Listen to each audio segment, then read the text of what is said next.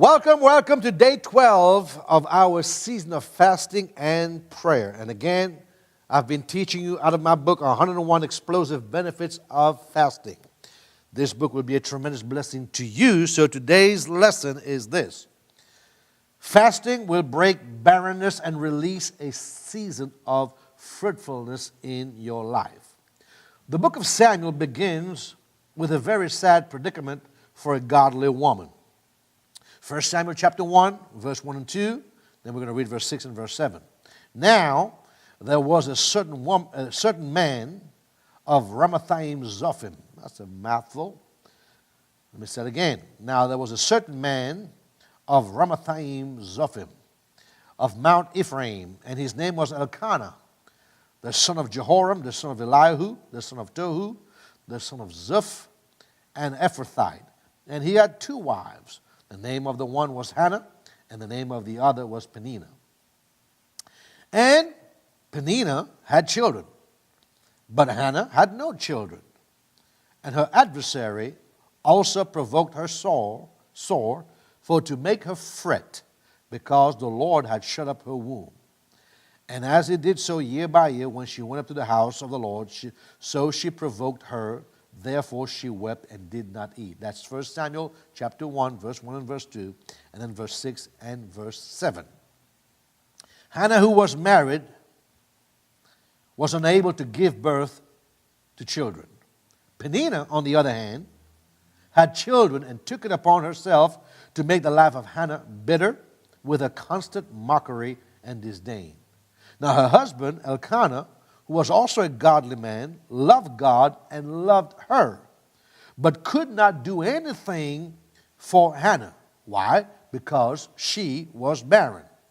Although her name, Hannah, means grace, she found herself in a hard place rather than the place of favor. Although she was a godly woman, yet she was not fruitful. This is where so many people today find themselves. Godly, but unfruitful. They love God, but they are unproductive. Now, how did Hannah break the spirit of barrenness and move into a season of fruitfulness? Well, what does the Bible say? I want to read to you from 1 Samuel chapter 1, verse 12 to verse 14. Therefore she wept and did not eat. That's fasting. See, when all else failed, she fasted and prayed. We know that she prayed because the prophet Eli thought that she was a drunk and was muttering nonsense to herself. The Bible says that it came to pass as she continued praying before the Lord that Eli mocked her mouth.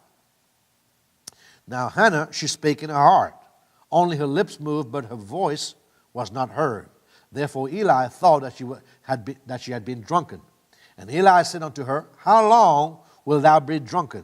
Put away your wine from thee. Now she replied, that's in 1 Samuel chapter 1, verse 12 to 14.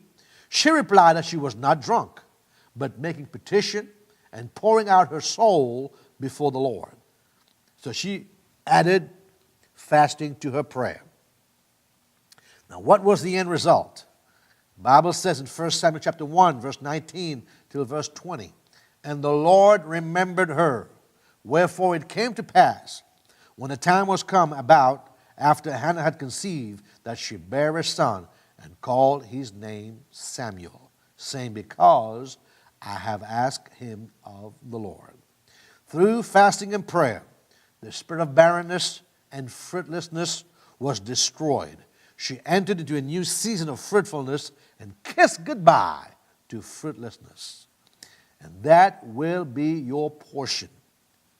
Get ready for this year to kiss goodbye to fruitlessness, to barrenness completely out of your life. In fact, I just like and I love the way that Hannah testified. You can see that in 1 Samuel chapter 2, verse 1 and 2. Hannah prayed and said, My heart rejoices in the Lord. My horn is exalted in the Lord. My mouth is enlarged over my enemies, because I rejoice in your salvation. There is none holy as the Lord, For there is none beside thee, neither is there any rock like our God. 1 Samuel chapter 2, verse 1 and 2. Now let's look at these words closely. She said, my heart rejoices in the Lord. This means that the same heart that was aching yesterday is now rejoicing. God knows how to turn your captivity and put laughter in your heart and laughter in your mouth. No longer will your enemy rejoice over you, but your heart will rejoice in your God.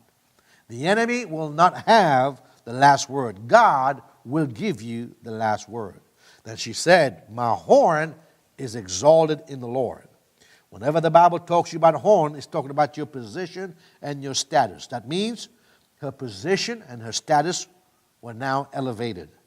Peninnah could no longer look down upon her. Society could no longer treat her as a reject. She's now exalted and promoted to a rightful position. No more shame and no more mockery. Then she said, my mouth is enlarged over mine enemies. This means that the enemy will not have the last word in your life. God will give you the last word. As she fasted and prayed, God shut the mouth of her enemies. The words could no longer swallow up her hope. God enlarged her mouth over her enemies so that the only thing that they could do was look at her, gobsmacked, don't know what to say, and can only say, this is the work and this is the hand of the Lord. So anybody looking at you and who has been mocking you, this year they will look at you and they will see the hand of God over your life. They will see fruitfulness in your life, and they will say, surely this is nothing but God. This is nothing but God. Only God will get the glory in your life this year. God bless you.